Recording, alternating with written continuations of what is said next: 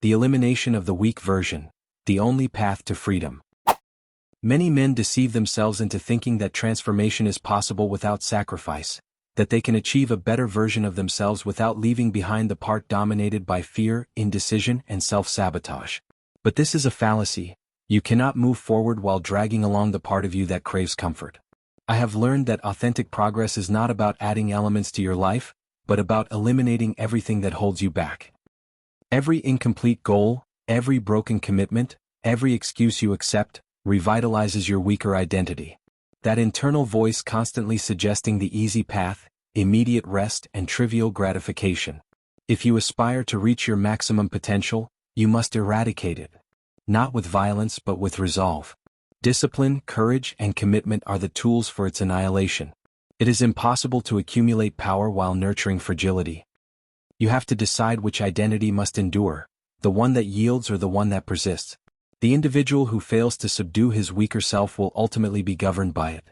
Conversely, the one who challenges it, defeats it, and buries it under the weight of consistent action, is reborn more powerful, more focused, and truly free. The vulnerable aspect of your being did not emerge spontaneously. You have built it gradually with every "I'll do it tomorrow" uttered, with every goal abandoned halfway, and with every promise betrayed. It is the whisper that questions you. Are you exhausted? You've done enough. It's not worth continuing. And its danger lies in the fact that it sounds logical because it knows your deepest fears. Listening to it is equivalent to surrendering control. The weakness is not imposed aggressively, it infiltrates through indulgence. It convinces you that an extra break is harmless, that postponement is inconsequential, and that giving up carries no cost. And so, without realizing it, you lose your authority. The most fragile version doesn't destroy you with notorious mistakes. It consumes you with small daily surrenders. But the encouraging truth is that this shadow is not permanent.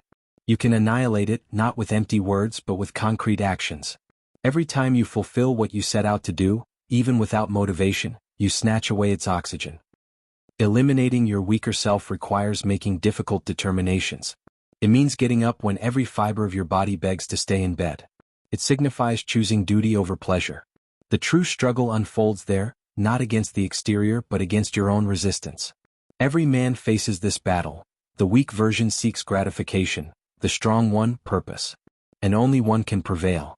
Every time you choose effort over comfort, you bury your weaker self a little deeper.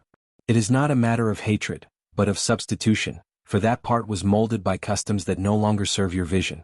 Change does not arrive with lamentation, but when you stop obeying its voice. Do not wait to feel prepared. Weakness will always try to convince you of your inability. Discipline is the most potent antidote against inaction. You don't require enthusiasm, you need organization. You don't need inspiration, you need mastery. Every achieved goal, every honored commitment is a deadly blow aimed at inertia. This shadow cannot survive where there is persistence. It vanishes when you stop searching for excuses, because weakness does not feed on failure but on justifications. The man who refuses to justify himself becomes unstoppable. By choosing to act despite your fear, your weaker self begins to wither. You destroy it with every "yes, I can" that replaces an "I don't want to." You annihilate it through continuous action. And even if it's imperceptible at first, the moment will arrive when you no longer identify with laziness or complaint. You will start to feel firmer, clearer, and stronger. Killing your weaker self is not an act of destruction. It is a rebirth. It's about constructing a new identity that demands forward momentum. This process is challenging, but it is the sole route to freedom. As long as that version survives, you remain chained to your old habits. The only way to sever those chains is to choose the pain of growth over the emptiness of passivity. The man who vanquishes his weakness is never the same again.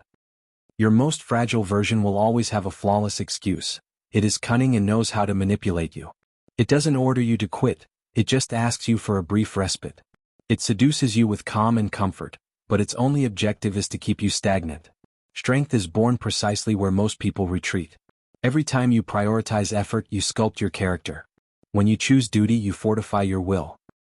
Men of character are not those who lack fear, but those who act despite feeling it. Every victory over yourself changes something profoundly. Weakness hides behind logical pretexts. I don't have time, I lack energy, I'm not good at this. If you observe yourself rigorously, you will see that you don't lack time, you lack focus. You don't lack energy, you lack purpose. You don't lack talent, you lack discipline. Weakness seeks justifications. Strength seeks solutions. Life rewards action, not mere intention.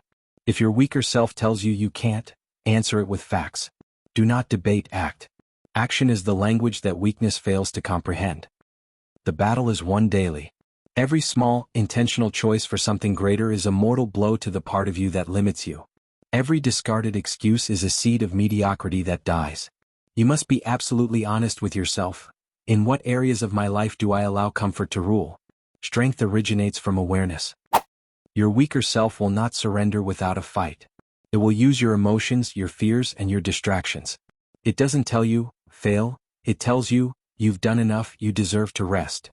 Don't believe it? Comfort is its most dangerous weapon, for it lulls you while stealing your future. Weakness offers a fleeting relief. Discipline offers an enduring power. By choosing power, you reaffirm your identity. This is the most critical battle, the one fought in silence. Your weaker self will always have an alibi, as it feeds on the story of your past to explain why you cannot improve. But your history is not your destiny, your discipline is. If you decide to act differently today, you begin to rewrite that script. The strong man is not the one who never felt fear, but the one who learned to move forward with it. Pain is not a symbol of weakness, but a sign of growth. By crossing the barrier of pain without retreating, you eliminate another layer of your weakness. You understand that discipline is liberation, that effort brings pride, and that discomfort is training. Killing your weakness means giving up the avoidance of suffering and learning to walk through it. Every firm step, every coherent decision, is the creation of the strong man. That man does not depend on motivation. He lives by principles. He does not seek approval. He respects himself. He does not fear failure because he knows that as long as he acts, victory is inevitable. This is the final result, the death of the weaker self and the birth of a free individual. Your weaker self does not disappear immediately. It dies when you make the decision not to look back. The most common trap is leaving the door open to old habits. The man who transforms burns the bridges that connect him to mediocrity. Transformation happens when you bury the past that held you back. Weakness feeds on indecision and lack of commitment. It lives in the spaces where you procrastinate, where you doubt. To destroy it, you must stop feeding it. Discipline annihilates weakness slowly but with certainty, because persistence always prevails over comfort. Many men ask themselves why they are stuck. The answer is simple: they keep negotiating with themselves.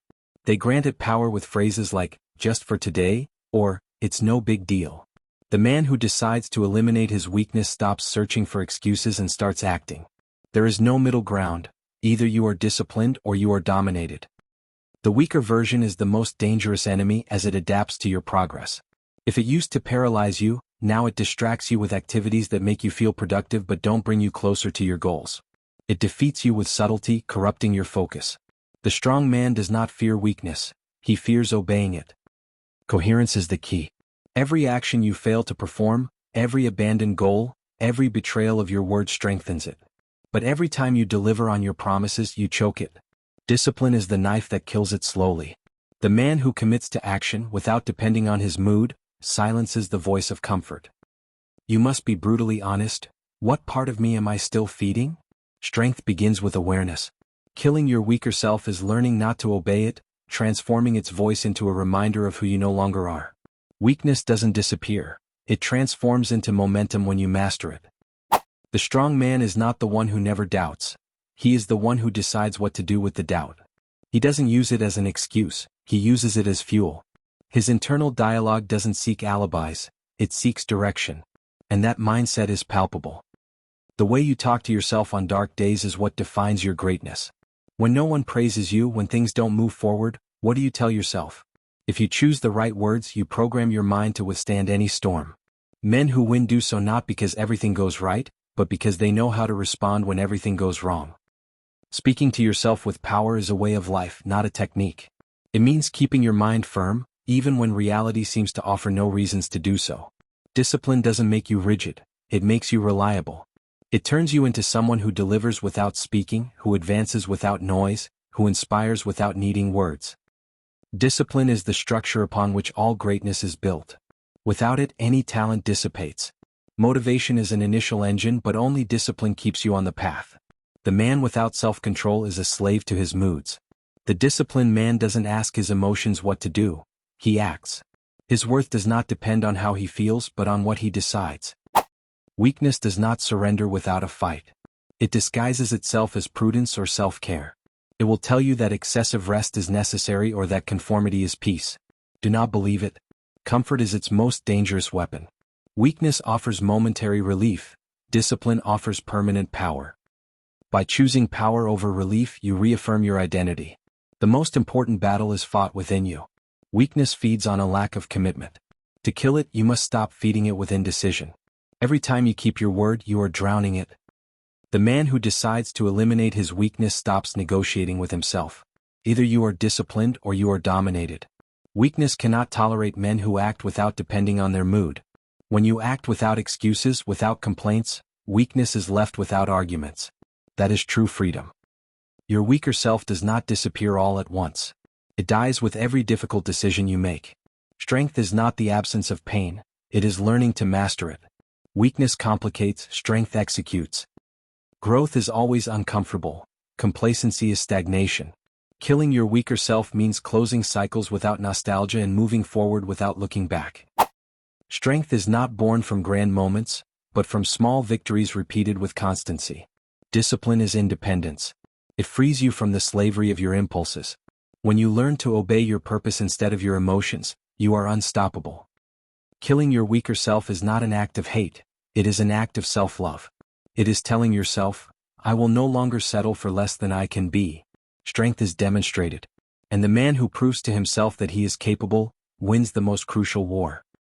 Weakness cannot survive in an environment of respect and coherence. Strength is not born of luck but of will. The man who masters his mind, masters his destiny. Discipline is the foundation of greatness. By training your mind to deliver, success ceases to be a goal and becomes an inevitable consequence. The man who gets up when others sleep, who remains firm when others give up, is the one who buries his weaker self forever. Don't look for shortcuts, look for consistency. Don't look for perfection, look for progress. Discipline is not a punishment, it is the tool that gives you control over what once dominated you. Your weaker self does not die the moment you decide to change, it dies the moment you decide never to go back. It is an internal war fought in silence, and its final result is peace. The peace of looking at your reflection and knowing that you are the owner of your own life. If you felt that any of these words resonated deeply with you or you recognized the voice of your own weakness in this message, it is because the strong version of you is already ready to take command. Don't live one more day at the mercy of what holds you back. If you are committed to killing that weaker self with constant action and building your freedom, I invite you to subscribe to the channel, Estoicismo en Acción, and join the community that chooses the pain of growth over the emptiness of comfort. You can also share this video. Think of that person you want to see succeed and send them this message. You might give them just the push they need to stop sabotaging themselves and start building their own destiny. Your discipline is the greatest weapon. Let's continue on this path of transformation. We'll see you in the next video.